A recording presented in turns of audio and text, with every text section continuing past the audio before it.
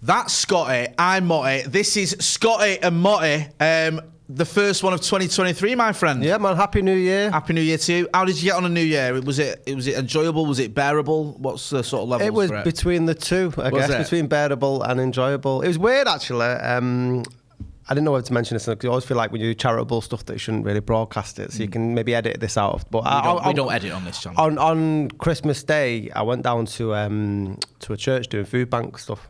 And it just completely opened my eyes to like how fucked the country is, but also how good people are. Like there's like a family and community that have been doing it for 7 years. Right. And I went down for like 3 hours trying to give my hand, like cooking sprouts and delivering presents and stuff like that. It was, you know, like, done, bro. yeah. That's no, and that's why I amazing. didn't want. I mean, I'm still. Well, you know, there's nothing wrong with admitting what you did. No, but I it's was not like you say, you know what I mean, like expecting everyone to give you a chuffy. No, but badge. I wanted to make what you've done. Yeah, but I wanted to make a point of it. I've mentioned it is because it just last year. The reason I did it, I interviewed the woman who ran it on the Friday on my radio show, and she said last year we had 300 people we had to serve food and deliver presents to, and then how much do you think it increased within a year's time? It's going to infuriate me, innit?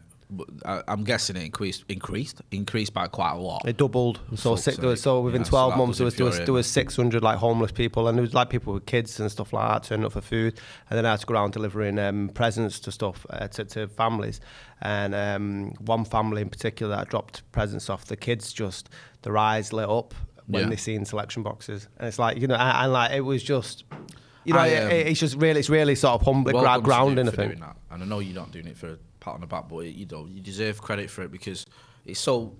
And I'm guilty of it. You wrapped up in your own stuff at Christmas. You've got your family and you've got stuff, and you know you work a lot, and it's that time when you got to see them or you get to see them, and you want to, you know, make sure they're all right and everything else, and you forget that, you know, there's often people, in my case, people who are worse off than I am, and struggling. And I remember a few years ago when I was at Q103, there was the floods on Christmas Day night, and just as luck would have it, there was floods in Earlham where I lived at the time. So it was like I couldn't really say no when it was like that night. Can you go and maybe do a bit about it? Or I kind of offered. I said, listen, there's one of the floods is in Earlham, so I'll go and do something. And I ended up sort of driving around later on, going to a church near, I think it was up near Lower Broughton Way. Yeah, where we have like a crisis centre. But there was people there that were just there for nothing to do with the floods, getting help over Christmas, and it is pretty, you know, sad when people are going through such a tough time, and you sort of brings it home a little bit more during Christmas because it's freezing for starters. Everyone, you know, most of us are sort of enjoying the Christmas spirit and the festive cheer and all that sort of stuff, and then you see people who are really going through the mill.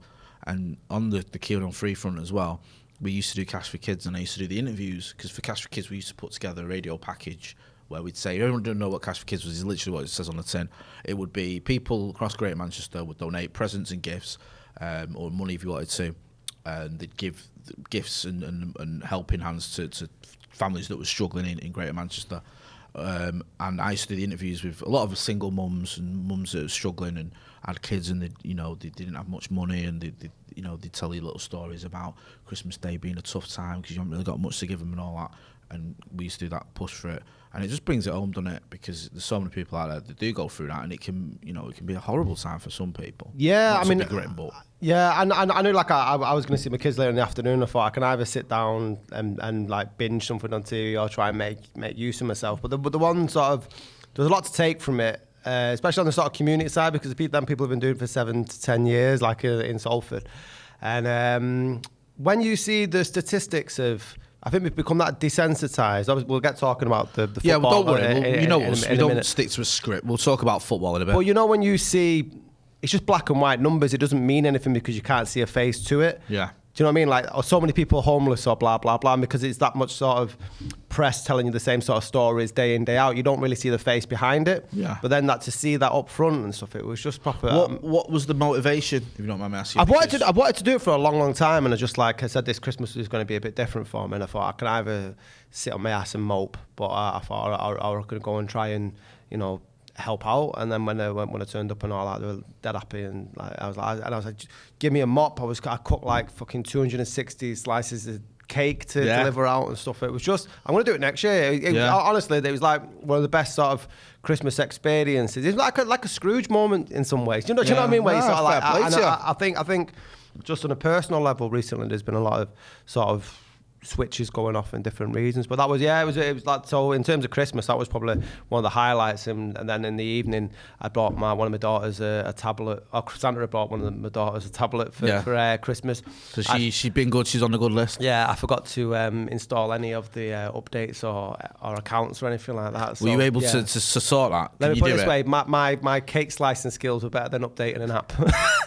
I asked my kids for technology advice. I'm proper Luddite, mate. Was it a dry Christmas for you? Was it? Yeah, mate. Yeah. So I know you've done a post earlier. Well done. I didn't know if it had continued to make sure. Yeah, 50 plus days now, man. So plus days, man. That's no mean feat. I'm seriously. Cheers, nice one. Do you know what I mean? No, it is. I'm not. Like obviously one day at a time, but Christmas is difficult for a lot of people when it comes to drinking anyway. And you're trying to, if you are trying to stay off the drink. I remember early days in my recovery, it was a bit of just because it was everywhere. Jesus wept.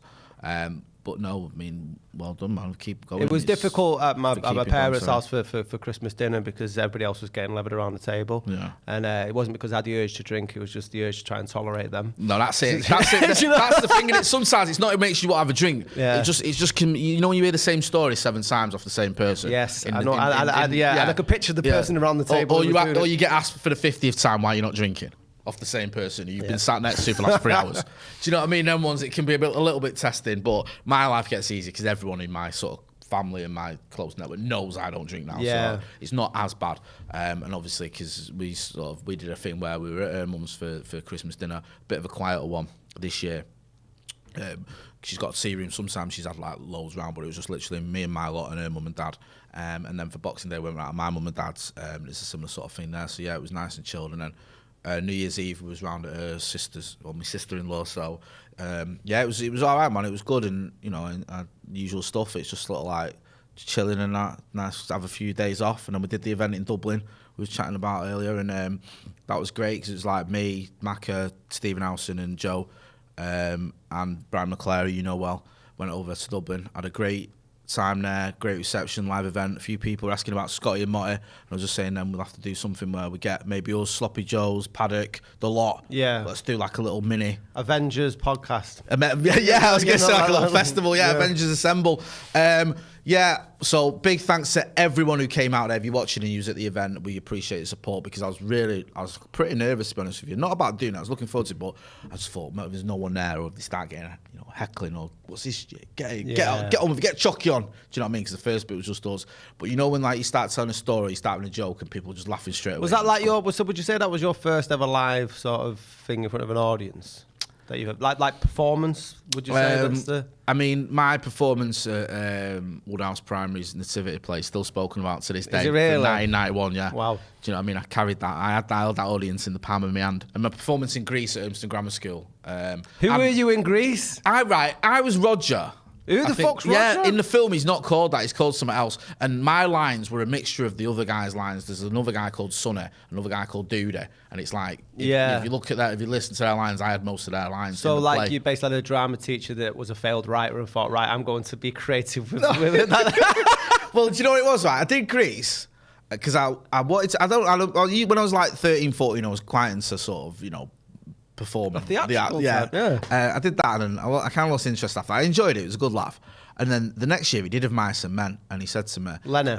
No, not Lenny. I wasn't good enough to be Lenny. But he put me on the spot, my drama teacher, Mr. Parker. I wasn't even in the drama class. I was in English Lit. And he said, I've got this play called Of Mice and Men, and one of the characters is black. And I've always wanted to do it, and we've never had a black actor in this school who's good enough to do it. He's just fucking rubbish. He just didn't have any black kids in the school who were willing to do it.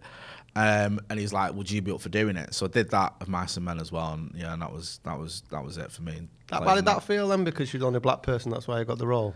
Well, it was me and Nathan Baker, and he didn't ask Nathan Baker. Nathan Baker never had any interest in acting anyway, so it was only me, to be honest with you. I mean, he's talking nonsense, but I was gullible. I'll take it. You know what? Oh yeah, okay. If you need me to carry this, of course. Do you know what I mean? Who am I to argue? Denzel's not available. No. So yeah, it was. That was probably the last time. I never knew you were. You went on to be a piss artist, but like fucking nicely done. But I never knew like you were into the theatre. No, it's just at school. I always did the school plays. Why didn't you follow it on? I don't know, man. I don't know. My teachers when I was a little kid, like in primary school, now always said like, "Oh, you into acting now? You school plays and stuff like that." And my lad's a bit like that. My daughter, massively, my youngest daughter, she's like main character syndrome. Yeah. Do you know what I mean? If she's like the, you know, one of the shepherds in the nativity, then the nativity is about the shepherd. That's the story of the nativity. It's about the shepherd. It's not about baby Jesus. It's the story of the shepherd. The spotlight. Do you know what I mean? Yeah, that's like, she's proper like that. My eldest daughter's a bit quieter, doesn't really go in for all that stuff, and my son's sort of in between. He's quite a performer. But yeah, just one of those, just everything in it fizzles out. Like you with football, it fizzles out, doesn't it, eventually? Well, it fizzled out due to injury and like physicality drawbacks. Right. But yeah, I think when you get to like, when I got to 14, 15, I just stopped caring about that sort of thing. I was always been into my films though and stuff like that, but not as much the acting side of things, just watching. And then obviously you take that into later life when I started doing, you know, this stuff that we do now. Quite handy, innit? Well, you were very artistic in your approach to getting people in the bar in Malia.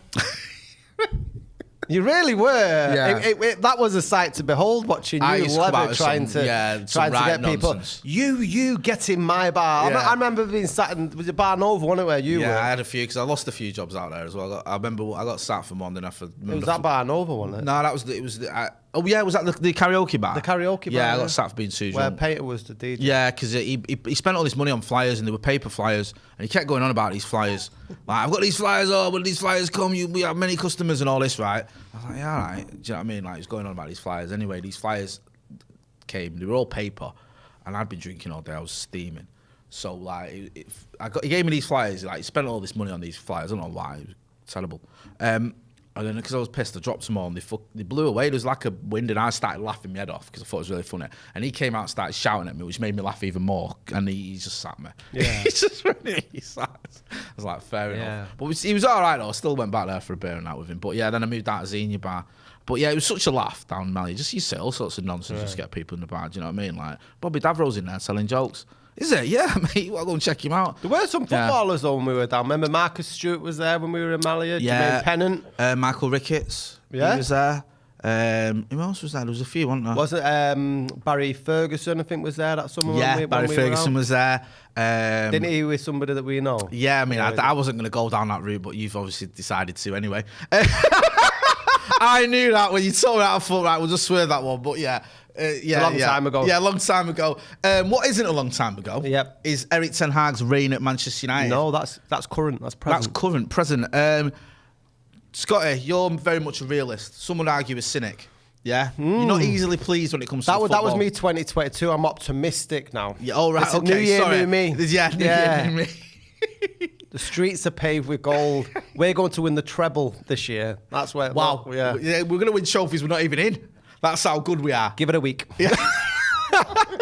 Yeah. When we have 2 more defeats in this week. Yeah.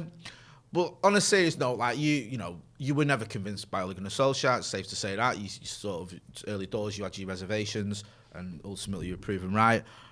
Erik Ten Hag, but much better CV, much clearer philosophy. I hate using that word, so forgive me.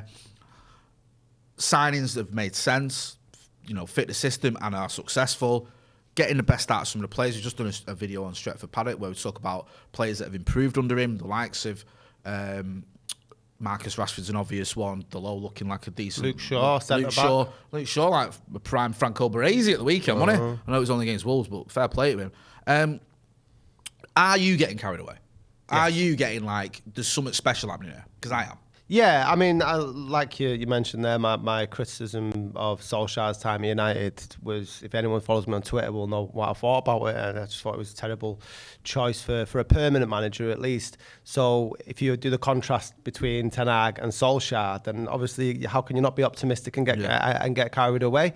But you make note of the signings that we've made, and they have been brilliant. Casemiro is man, we've been crying out for him for 15 years. You've watched a bit of him. Have you been surprised how good he is, or did you expect that? Because I didn't. I watched a bit of him at Real Madrid, not a lot, and I think everyone who knows me knows the sort of limitations of my European football knowledge. But I'd seen him obviously in the Champions League, and he was a good player. But when you see him week in, week out for 90 minutes, you're like, Jesus, he's unreal. Yeah, that guy is truly gifted. You know, like Real Madrid. How many Champions Leagues has he won, Casemiro? 5, right? You don't win 5 Champions League at Real Madrid as a team. I mean, without having that sort of player at the back. The thing is about fans who might dip in to watch La Liga or only see teams on the Champions League night will only be watching at the forwards. Very rarely do you focus on that sort of performance week in, week out. Yeah. And I think that's why we can see now why United are playing a hell of a lot more better football, because Casemiro's doing the job that we were trying to get Fred and McTominay to do, and them two couldn't do the job that he does as one person. And that's not to negate from them two. That's like saying, you know, you're not as good a painter as Rembrandt or whatever. Like, he's one of the best DMs ever. Yeah, like, seriously. Evidently, like, you know, I mean, we're not going to turn this into a Sooners bashing well, you can podcast, but no, I mean, we've been there and done that, but just shows how sort of short-sighted he was, and uneducated on what Casemiro brought to bring to this team and brought to the Real Madrid squad. Yeah, because it's weird with Real Madrid, because you look at, is it Danny Carvajal who's got like 5 medals and stuff, and people can look at it and go, you know, is he the greatest right back or whatever, or is he, you know, he's such and such a body the greatest player, despite the fact you can be in a team and be just good and win lots of trophies if that team keeps winning loads of trophies. Do you know what I mean? But this is someone who's been integral to those wins. You know, you don't have those 5 Champions League wins without Casemiro, Modric and Kroos in that midfield for a lot of them. And you don't have Toni Kroos and Luka Modric being able to do what they do if Casemiro doesn't do what he does. Do you know what I mean? So you can't just dismiss that. No. And I know, like, you know, you've seen it. I think they've got Tchouaméni, they've got Camavinga. They've literally gone out and got other great central midfielders, which is why they can afford to lose a Casemiro. But it's so naive and short-sighted, and just shows a lack of knowledge to just dismiss him. And I think there's nothing wrong with going, like, you know, I did that. I don't know a lot about him. I know his CV's amazing, and I know from what I've seen, he's a very good player. You could say that, but to just go, he's not any good, he's just ridiculous. Yeah. I mean, and let's not play any more lip service to Graham Souness. No. But just, the evidence is what he brings to the team. Not only in his ability on the ball, off the ball, but also the man loves being at Manchester United. Do you know what I mean? Yeah. I don't think between him and Martinez, I don't think I've ever seen two players in my 40 years of being a Man United fan, seen two players sort of fit in, get it, and become fan favourites within, 6 months? Do you know what I mean? Sometimes it takes a long time to become a fan favourite. My kids were saying to me, you know what kids do when they ask you a question, they follow up with another question. So what about this? What about that? So who's your favourite player, Dad? And I was, you know, my favourite player, you know, is Marcus Rashford. For what he does on and off the pitch, I'm not going to make any, you know, deny that. I love the guy on the pitch, and I love the fact. I love some of the stuff he's done on the pitch. You know, it matters to me. It makes a difference. I like the fact he's from Mancunian, he's from Wythenshawe and stuff like that. It's sort of, do you know what I mean? It's my fave. Okay, who's your second favourite? He's only been here 3 months, but probably the Sancho Martinez. Do you know what I mean? I absolutely love the guy. All right, who's your third favourite? Do you know what? It's probably Casemiro. Yeah. I know that sounds a bit daft because you've only been here a little while, but they're that good, and they do the things that you want them to do, and they do it in a way that sort of, you know, gets you going and you can buy into. That it's like, you know what, I love the energy and the way what they brought to the team. But that's, I mean, even if United weren't playing as well as they are this season, if them two players came and we were still a little bit lacklustre, but you saw Martinez still putting 110 on the pitch all the time, and that's what I think United fans have been missing. And whether that's through the coach or the passion of the players, is just somebody that embodies the spirit and sentiment of those in the fans on the pitch. And I don't think United have had that in as many examples through the players as we have now. Because if you look at Fernandes as well, obviously it's great regarding the assists and the goals. But when he came, again, that was a bit like a breath of fresh air because he was all over the pitch wanting to win. Whereas I think it was quite tepid for a long time, and I mean, I don't want to be turning this into me criticising Ole Solskjaer, but I think it's because they all felt they were very safe in their positions and their jobs that they didn't have to. I think, listen, I stuck up for Ole quite a lot of time, but I think anyone could see that there were times when we probably needed someone to be a little bit stricter with certain players and maybe, you know, use the stick more than the carrot. And it did feel a little bit like that at times, like players were getting away with certain things they shouldn't be. And we've seen that with Erik Ten Hag as well. You've got not just the signings that are coming in and getting the best out of players, but also, as we saw against Wolves, when you need someone or you break the rules or someone's got to get a bit of a bollocking, he'll give it him. Marcus Rashford, a player that we needed. He's our goal scorer at the minute. Yeah. You know, he's the one doing the heavy lifting with the goals. He's on fire. That is a game you need to win. And yet, he's broke the rules, he's dropped. I mean, and also, not just that, he responds with a goal and a post-match interview where he goes, yeah, I deserved it. more or less what he said. I broke the rules. I knew I shouldn't. If I broke the rules, I would be dropped. And I'm all right with that because that's the rules and it's my own fault. Which is impressive, isn't it? Because he's not only setting out his stall and being authoritarian, but he's got the players going along with that. Buying into it straight away. I mean, there's a series of them that you could look at examples. The Ronaldo situation when he dropped him against Chelsea, that worked, and I think again that brought the players that obviously were behaving on side with him. We can go back to the defeat against Brentford when the day after he made them all run around the pitch for the amount of kilometres. Yeah, they had to do was it the 13k kilometres? Yeah. 13 kilometres, but he did it with them as well. Yeah. So it's not. I think sometimes when we've had these authoritarian managers, and I'll go back to Jose as well because obviously we can look at him. That they did it with an idea, but they didn't set an example with it. It was more too much stick and no carrot. Yeah. Whereas I think the balance that Ten Hag's got just seems. I don't think he's made a mistake. No, and I think even you look at the early results. Look at the other one thing. Right, 2 parts of that. The Brighton and the Brentford game. I can understand why he started the team that he started.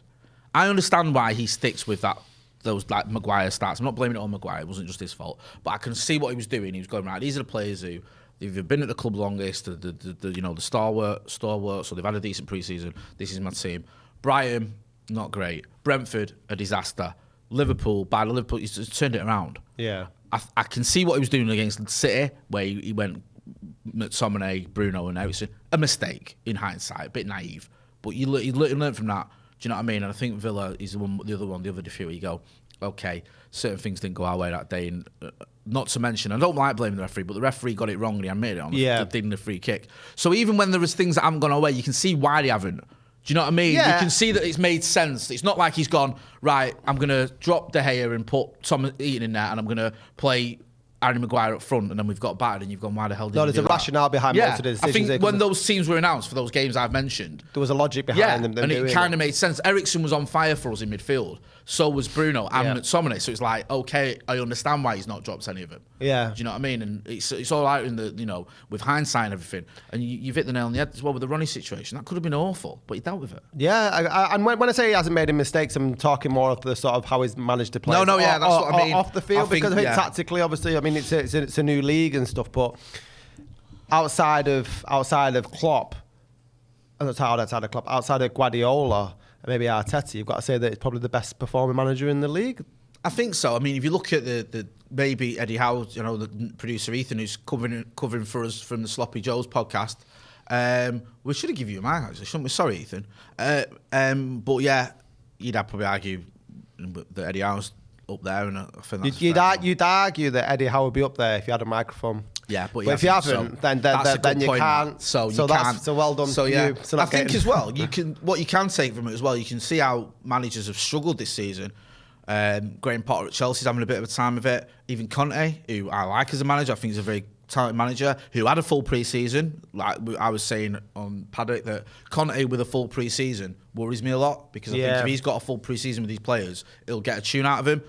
Made signings early, but as Joe Smith pointed out at Paddock, he made signings that didn't necessarily improve the team. He just made squad signings. Jed Spence, Perisic, even Richarlison probably doesn't start if everyone's fit. It wasn't like Bissouma, who, by the way, if you don't know if you saw the game of the weekend, was terrible. So it's not like Spurs went into this season with a massively improved team. They just had a better squad. So, he's not really having a great time of it. I know he's only a couple of points behind us. But Ten Hag come in and everything seems to be clicking. You look at how he's handled certain players. You look at how he's bringing through youngsters. Garnacho was another one. Garnacho was late for team meetings, got dropped. That could have gone either way. And now he's a player who, he's in with a shout starting every week. The one that's going to be interesting to see for me is Jadon Sancho, because at the time of recording this, I think Sancho's been back in training today. Obviously, it's gone away for about 2 months, which is very rare. It's not normal, is it? No, that was a strange scenario. Yeah, I've not really. It's not something you see very often. A player going away and getting help or training on his own or whatever, unless it's some sort of punishment, which obviously this isn't. It'll be interesting to see how he handles that and whether he can get a tune out of Jadon Sancho, because I don't buy into the idea, and I know you don't either. I'm not saying you do, that Jadon Sancho's finished or that he's not good enough, or whatever. There's obviously a huge talented football there. We've seen it this season even. Let alone what he was doing at Dortmund. And I know last season was great, but he glimpsed his last season for us. So if he can get a chin out of him as well, and in the way that he's rejuvenated some of the other players, then you're looking at this guy going, you know. Yeah, I think we'll win some silverware this year. Yeah, and I don't know. I was joking about me being optimistic. So I really think we can. Like if we keep the form up, the question marks will be down to the strikers. But I think, like you said there with Rashford, that was just a perfect answer to Ten Hag dropping him for the mistake he made, not turning up or whatever the sanction was for. He just seems to have a massive fire in his belly, and Ronaldo Ronaldo leaving. Is that Al Nassr? I think so. Is that where he's gone?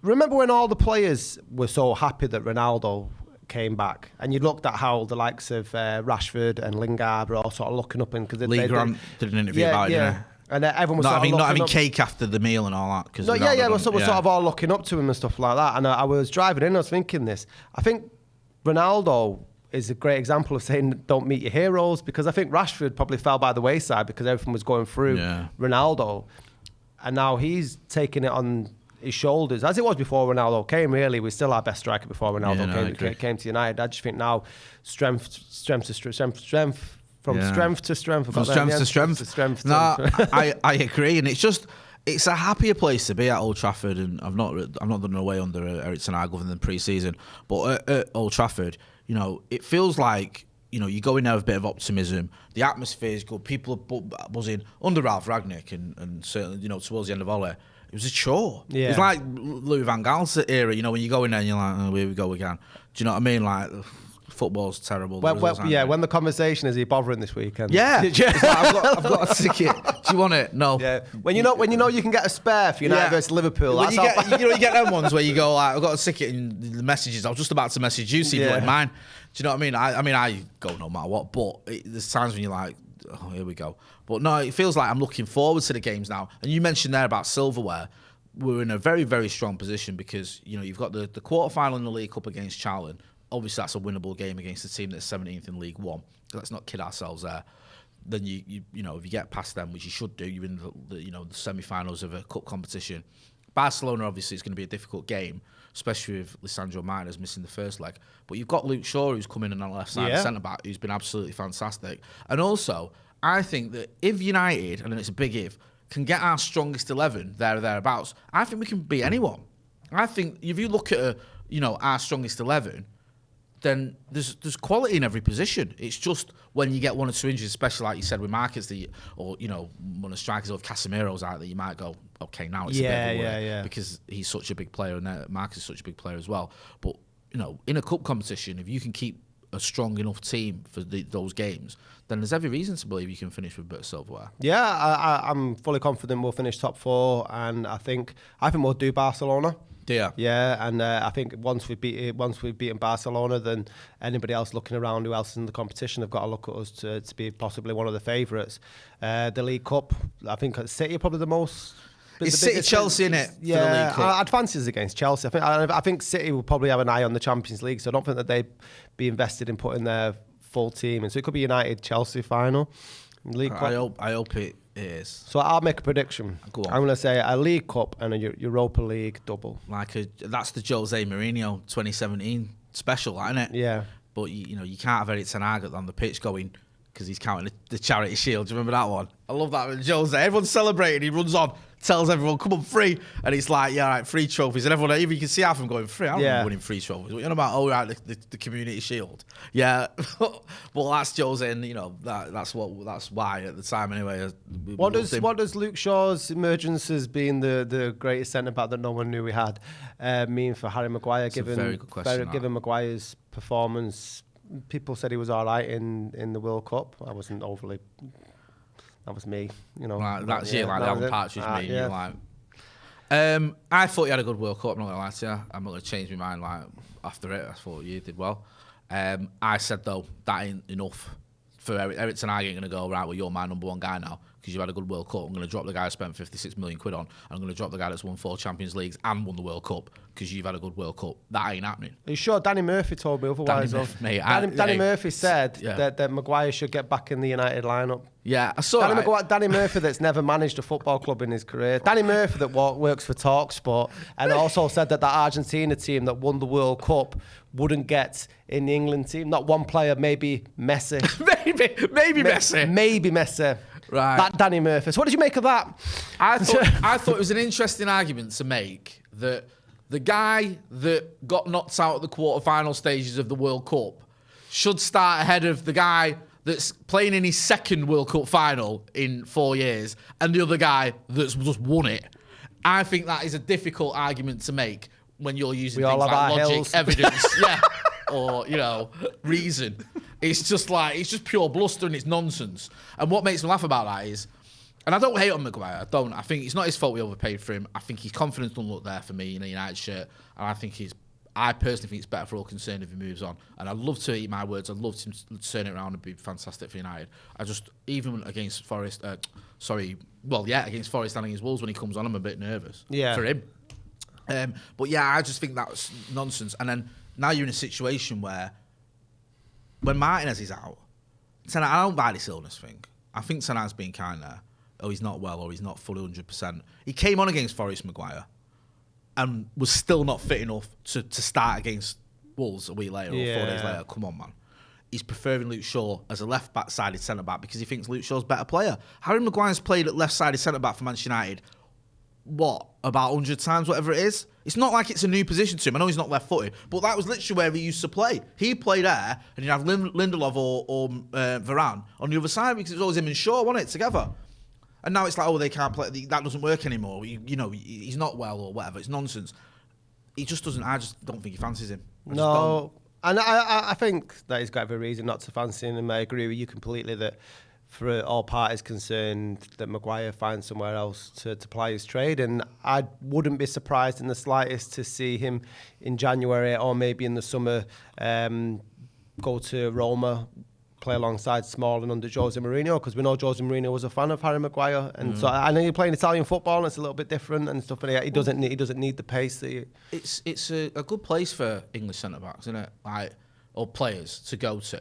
Players from the English league to go to, like say Chris Smalling. Who's a kid? Was it Tamora? Tamora's one of the best defenders in the league. Yeah. I'm amazed how he didn't get called up for the England. Are you amazed? Considering who's managing England?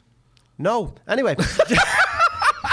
I'd been amazed if he did get called up. Yeah. The logical thing to do. Yeah. But you know what I mean? Gareth Southgate, that's another story. No, I think with Maguire, you get to a point with certain players where even when something's going right for him, it feels like it's going wrong. I'll explain what I mean by that. I remember the Arsenal game. He came on, and I think we were 3-1 up. And I remember saying to our mutual mate Tom, I said, if we draw this game now, I don't think he plays for United again. Like, if he comes on with two goals ahead and we draw, like, even if it's nothing to do with him, it's not his fault. Like, people just go, Maguire, change that game for the wrong reasons. Now, Casemiro, who I think came on as well, did a bit of an hospital pass. I think Jesus got on the end of it. Yeah, he got intercepted. Yeah, he got intercepted. This is Casemiro when he's very first starting at United, just finding his feet in the Premier League. Jesus, basically he's almost through. Maguire fouls him, takes a yellow. The best thing he could have done. 100% the right decision. Take the yellow, because if you don't, he's through and they probably score. And a yellow card, who gives a shit? And they don't score from the free kick anyway. So it's he was getting pelters. Do you know what I mean? Even after the game, when you can see it works out the right. It was like Maguire there nearly costing us the game again, and you think he didn't. He did the right thing, but because it's him, people are just on him. Yeah. And if that had been Varane or Martinez, people would have been applauding it and going, "Well done." But because it's him, it's like, and I felt it a bit. Maybe it's in my head, but when he came on against Forest, like I said, there's that nervousness. I'm like, and then even at the weekend against Wolves, I don't like pointing that. Against Wolves, when he came on, and there's that corner in it where he chests it and he boots it off. And part of me thought at one point that's going to go in the top bins. He's going to absolutely rifle it into his own goal. I don't know if this works, but I think that his stock's got something of a negative equity in terms of he's had that many bad games that he's trying to pull back. Do you know what I mean? I think he'll need so many good games to get away from that sort of stigma that's with him. I think that this is the problem with Maguire as well. His first season before he got the injury, he was good. We finished third and we finished second. He got injured in to miss the Europa League final. I think we missed him in that game. He went to the Euros. He was in the team in a tournament, so he's having a good spell. Scored a few goals. Scored a few. I mean, he's had a good sort of 2 years there, over not winning anything at United. It's been good. Yeah. Yeah. Like finished third, finished second. Done well for his country. Then the next season is a disaster. It's a complete disaster, and he's terrible. We overpaid for him anyway. He was never an £80 million defender. We all knew that. So that gets thrown at his face. Then he's got the armband. That gets thrown in his face. Then the fact that he's been good for England and he's terrible for United gets thrown in his face. He's gone from seeing him in the tournament for England in the Euros to being awful. Yeah. Then he, regardless of whether you're a fan of Ole Gunnar Solskjaer or not, getting those 2 yellow cards against Watford and getting sent off in Ole's last game doesn't exactly help the manager, does it? Do you know what I mean? So it's like you're looking at it and going, bloody hell. It just all goes wrong for him. And he's not done like what he needed is probably, like you're saying, a run of good games, or a barnstormer, an absolute 10 out of 10. Oh my God, great game, Maguire. He's done okay when he's come back in. He's had a couple of games where he's come back in and he's done all right. Like when Rashford came off the bench and scored the winner the other day, that's the sort of redemption you want from Maguire, but he's had the opportunity to come on, and I've not even seen that sort of enthusiasm. And I think some of that's down to the nerves that he doesn't want to make a mistake. And obviously with the position that he plays is quite precarious anyway, because anything he tries to do that's a little bit showboater, it could come end up with egg on his face. So I just think there's too much water under the bridge in terms of the mistakes for him to try and claw a career back at Manchester United. I just think it's over. I think it's so. I think you're right. I think, if he gets a move this January, I wish him well. I don't hate on the guy. I think United needs to learn a few lessons as well with our transfer policies in the past, because paying 80 million quid for him was just absolutely stupid. Well, Lissandro Martinez was how much? Yeah, exactly. Well, and also, we paid 130 million for him and Aaron Wan-Bissaka, and it's like, if you're doing that, that should be your future, your defence sorted for the next 5 years. But the evidence is there in terms of what Ten Hag can do, because even Wan-Bissaka, he's getting a tune out of him. Yeah. He's getting a tune out of Luke Shaw playing out of position. Yeah. McTominay's been better when he's been. Yeah, yeah. I think Fred's really an unsung hero, and I'll take any of your criticism on that if you're in the comments. Fernandes is a different player alongside Eriksen. So the players that were there beforehand, you look at Maguire, he seems to be the only one out that isn't getting the same sort of performances that the rest are. Yeah. No, I agree. Get involved in the chat and the comments and let us know what you're thinking at. This has been a bit of all sorts. I've been talking about New Year's, been talking about Happy New Year, by the way. Happy New Year to everyone. Yeah, thanks for all your support as well throughout this 2022, and hopefully 2023 will be another good one. Go and check out the Patreon we've got as well. Scotty doing some absolutely banging articles on there. I'm going to do one this week. We're going to have another video on there. We do a different video on there. Added extra video on the Patreon side. There's a link in the description for that. That's been Scotty. I've been Motty. This has been a look at Erik Ten Hag and how he's got us buzzing again. Thanks for watching.